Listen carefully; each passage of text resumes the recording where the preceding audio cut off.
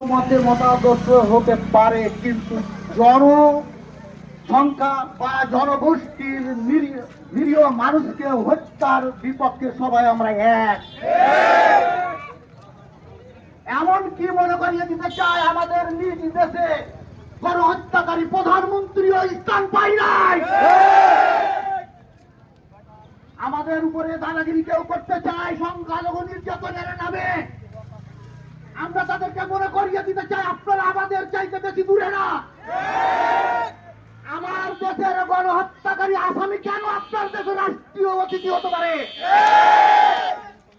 মুসলমানদের ওয়াকাফের সম্পত্তি আপনি কুক্ষিগত করবেন, এটা কি সংখ্যালঘু নির্যাতন না? মসজিদের নিচে মন্দির খোঁজার এক্সারসাইজ বন্ধ করেন। আমাদের চাইতে আপনারা দেশে বড় হতে পারেন।